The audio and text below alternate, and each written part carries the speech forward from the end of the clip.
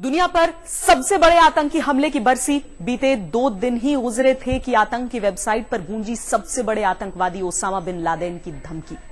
Osama का ये नया ऑडियो टेप है जिसमें वो अमेरिका को घुड़की दे रहा है, जबकि अमेरिका के ही कई जानकार ये दावा कर रहे हैं कि ओसामा को मरे तो 8 साल बीत चुके हैं।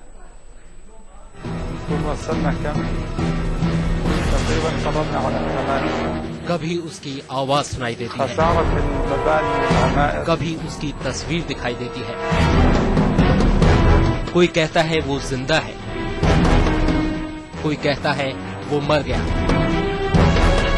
आखिर क्या है हकीकत?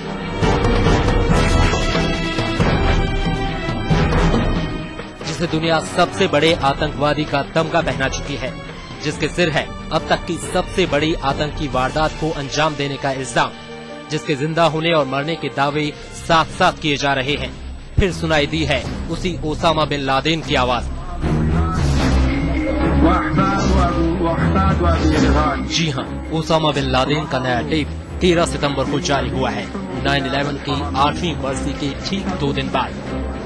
इस टेप में अमेरिकी जनता को संबोधित किया गया है, लेकिन चेतावनी है अमेरिकी हुक्मरानों के लिए, जिसमें कहा गया है कि अमेरिका इजरायल को लेकर अपनी नीतियों के बारे में फिर से विचार करे, क्योंकि इजरायल पर अमेरिकी मेहरबानी की वजह से ही अलकायदा 9/11 की आतंकी वारदात करने के लिए मजबूर हुआ था। ओसामा का ये संदेश एक वेबसाइट पर जारी किया गया है, जिसका इस्तेमाल अलकायदा से जुड़े लोग और मुस्लिम कट्टरपंथी करते हैं। ये संदेश है तो वीडियो की शक्ल में, लेकिन इसमें ओसामा की चलती फिरती तस्वीर नहीं है। आतंकवाद पर पैनी नजर रखने वाले अमेरिका के संगठन इंटेल सेंटर के मुताबिक ये टेप 10 मिनट का है, जिसमें ओसामा की एक स्थिर तस्वीर के पीछे एक आवाज सुनाई देती है, जिसे ओसामा की आवाज होने का दावा वेबसाइट पर किया गया है। ये टेप अलकायदा की मीडिया यूनिट अल साहिब ने जारी किया है। इंटेल सेंटर के मुताबिक ये उसी तरह का संदेश है जैसा अलकायदा हर साल सितंबर-अक्टूबर के दौरान जारी करता है। अलकायदा के संदेश में अफगानिस्तान में जारी लड़ाई को लेकर भी अमेरिका पर निशाना साधा गया है।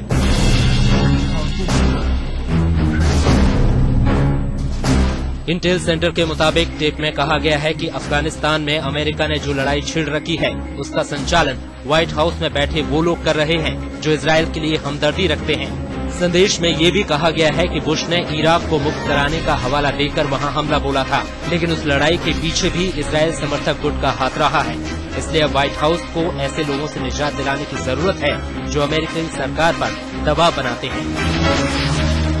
जिस वेबसाइट पर ओसामा का नया टेप जारी हुआ है, उसी पर कुछ दिनों पहले लिखा गया था कि ओसामा बिन लादेन की तरफ से मुसलमानों को जल्द ही एक तोहफा मिलेगा।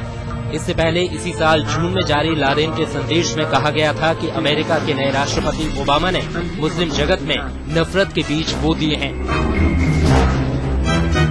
वो जिंदा है तो कहाँ है, वो मर गया तो आवाज किसकी है? ओसामा के ऑडियो वीडियो टेप लगातार सामने आते रहे हैं, लेकिन ये सवाल अब भी अपनी जगह कायम है कि वो जिंदा है या फिर मर चुका है।